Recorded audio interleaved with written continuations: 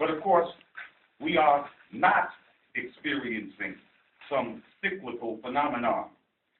We, I believe, are at a benchmark in history, a crack in time. What we have witnessed since the fall of 2008 is the swallowing whole of the American state by finance capital, by Wall Street, a process that was presided over by Barack Obama.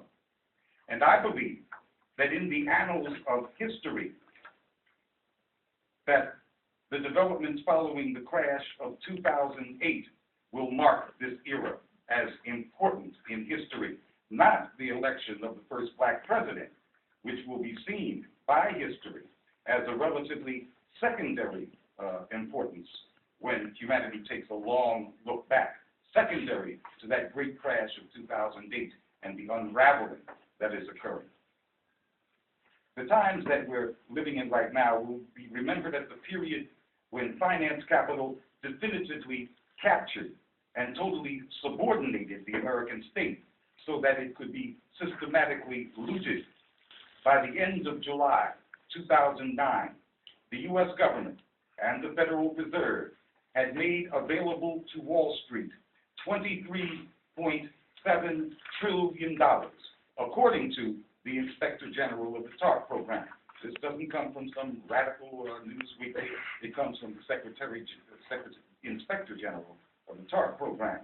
That figure, $23.7 trillion, approaches the value of 2 years of the total economic output of the United States. The U.S. gross national product is about $14.2 trillion. When the U.S. government makes available to Wall Street $23.7 trillion, it has essentially transferred the full faith and credit of the American state to the financial sector. That is what swallowing the state whole is about. That figure, or the figure that actually went to Wall Street, is credibly put at $14 trillion, which is approximately 1 year's worth of the United States' total economic output.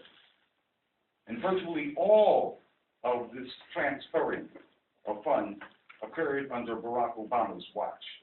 His executive branch and the Federal Reserve are the agents of this world-shaking event, this crack in time, which is still playing itself out. It is in the context of this crack in time that we must examine Obama's statement that a rising tide lifts all boats. In effect, he's saying that a rising tide, in fact, a tsunami of tens of trillions of dollars of public money for the banks and for the speculators will eventually lift all the boats.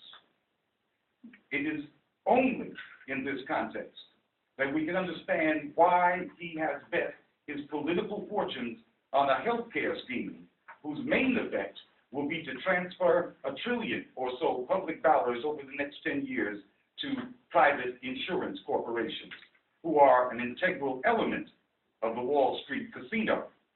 The casino owns the state and is looting it, with the Obama administration as the facilitator.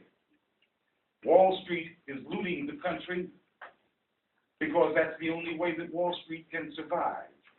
It's not just about greed.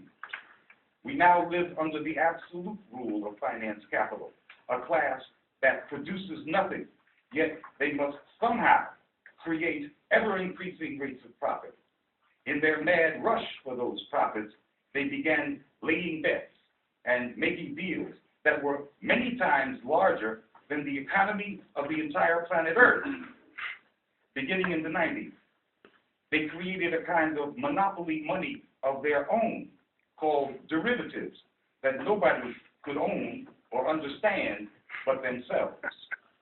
By the summer before the crash of 2008, these derivatives were at least $600 trillion in notional value and possibly 1,000 trillion dollars.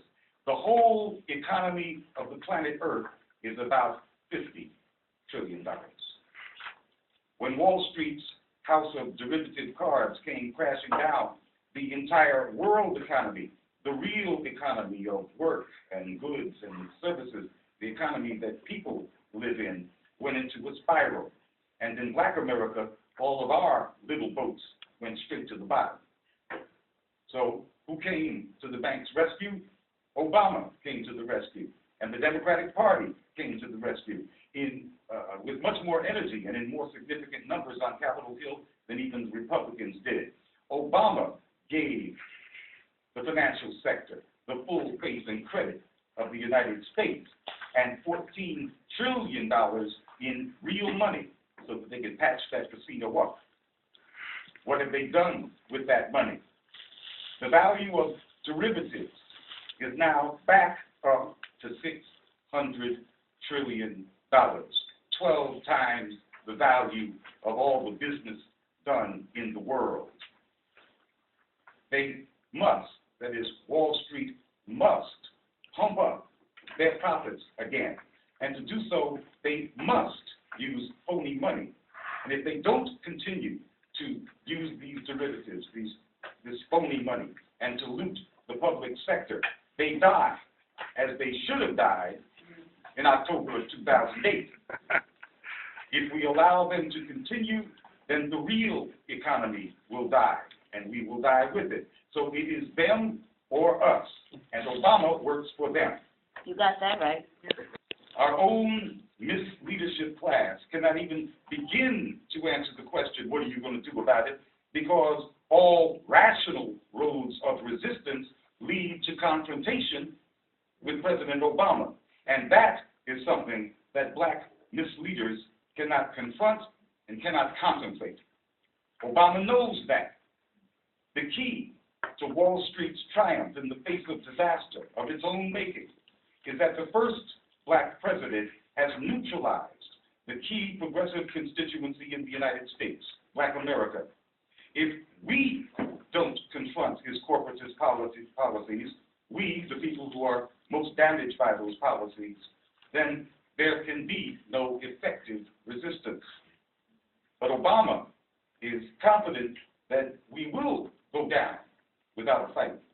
That's why he so arrogantly dismisses even the most politely phrased questions like, what about Black unemployment, Mr. President? He dismisses it with a kind of rich man's flatulence. A rising tide lifts all boats. He talks to us like Reagan, and we accept it like he's a brother who has our interests at heart. His friends on Wall Street committed this mass, deliberate destruction of Black society, and Obama demands that we shut our mouths about race. But Obama goes even further than that. On the one hand, he refuses to acknowledge the racist elephant that is defecating in the middle of the living room. With the other side of his mouth, he sets up a racial straw man. From the very start, Obama has packaged himself as a race-neutral man, the Black man who does not tolerate any assertion that racism is endemic to life in the United States. It's bad enough that he rules out remedies for the particular problems that plague Black people. But Obama twists the knife in just a little bit deeper by charging that every Black complaint is a demand for unwarranted, unnecessary, and damn near un-American special treatment. This can only be for white consumption, since mainstream Black leadership has never made any demand of any kind of President Obama whatsoever. This past election was the first election in my conscious memory, certainly the first one since 1964, that organized Black America has not made even the mildest demands on a Democratic presidential contender.